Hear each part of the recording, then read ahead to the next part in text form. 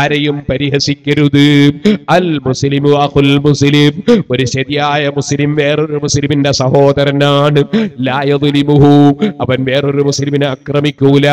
വലാ യഖ്ദുലുഹു, അവനൊരു മുസ്ലിമിനെ കൈയൊഴിക്കൂല. വലാ യഹ്തിറുഹു, ഒരു മുസ്ലിമിനെ നിന്ദിക്കൂല.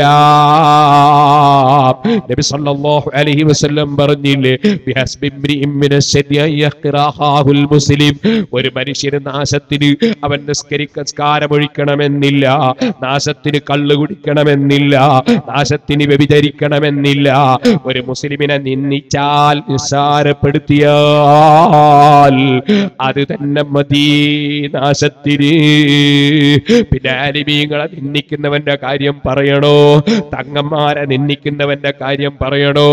നബി സല്ലല്ലാഹു അലൈഹി വസല്ലം തങ്ങളുടെ ശറഫാക്കപ്പെട്ട ആധാറുകളെ, അവിടുത്തെ ശഹ്റ് മുബാറക്കിനെ നിന്ദിക്കുന്നവന്റെ കാര്യം പറയണോ?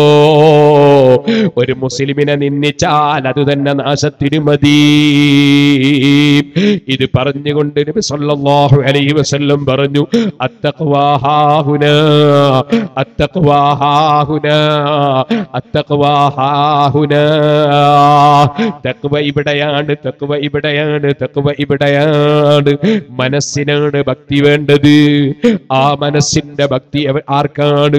വമൻ യുഅള്ളിം ശആഇറല്ലാഹി ഫഇന്നഹാ മിൻ തഖ്വൽ ഖുലൂബ്, അല്ലാഹ് ബഹുമാനിച്ചതിനെ ബഹുമാനിക്കുന്നവർക്കാണ് തഖ്വ. ഈ തഖ്വയിൽ അധിഷ്ഠിതമായ ജീവിതം നയിക്കണം. നമ്മൾ ബഡ്ഡി വാങ്ങുന്നവരാകരുത്, നമ്മൾ മദ്യപിക്കുന്ന കള്ളുകുടിയന്മാരാകരുത്. ചെറുപ്പക്കാരെ കഞ്ചാവിന്റെ പിന്നാലെ പോകരുത്.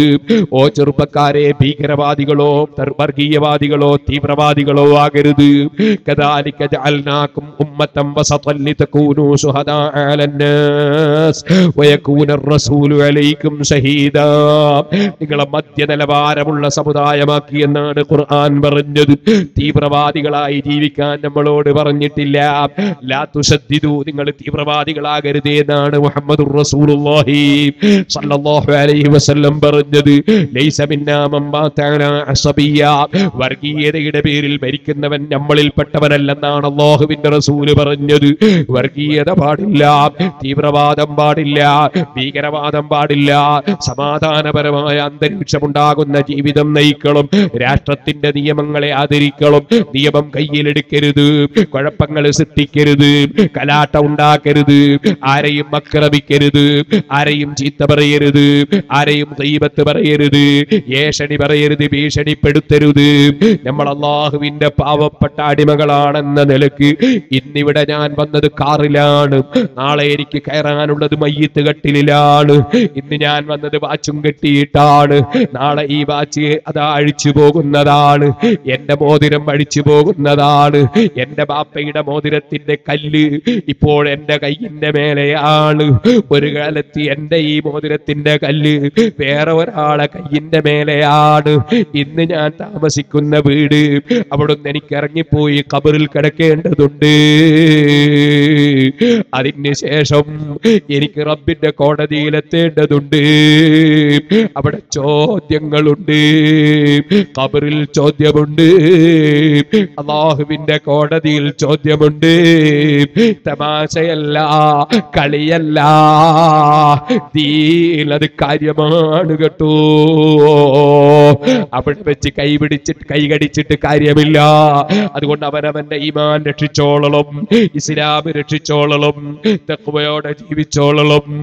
തീക്കൊള്ളി കൊണ്ട് തലചൊറിയരുത്, ആലിമീങ്ങളെ ചീത്ത പറയരുത്, തങ്ങന്മാരെ നിന്ദിക്കരുത്, ഒരിക്കലും അനാവശ്യ ചർച്ചകളിൽ കടന്നു പോകരുത്, വേണ്ടാത്ത വിവാദങ്ങളിൽ ഇടപെട്ട് പോകരുത്. നമുക്കൊരു കാര്യം ബോധ്യമില്ലെങ്കിൽ മാറി നിൽക്കാം, പക്ഷേ നിന്ദിക്കരുത്, നിസ്സാരപ്പെടുത്തരുത്, നിഷേധിക്കരുത്. ബോധ്യപ്പെട്ടവര് ബഹുമാനിക്കുമ്പോ ചോദ്യം ചെയ്യരുത്. അവനവന്റെ ആഖിറം രക്ഷപ്പെടുത്തിക്കോളണം. പടച്ച റബ്ബ് ഞങ്ങളെ ഏൽപ്പിച്ചൊരു ഉത്തരവാദിത്വമുണ്ട്. ആ ഉത്തരവാദിത്വം നിർവഹിച്ചോ എന്ന് ഞങ്ങളെ രാജാവ്, ഞങ്ങൾക്ക് സംസാരിക്കാൻ നാവ് തന്ന രാജാവ്, അതേ ചിന്തിക്കാൻ മനസ്സ് തന്ന രാജാവ്, അതേ ഇൽമു പഠിക്കാൻ അവസരം തന്ന രാജാവ് ഞങ്ങളെ ചോദ്യം ചെയ്യുന്നൊരവസരമുണ്ട്. അതുകൊണ്ട് പഠിച്ചത് തുറന്നു പറയുന്നു.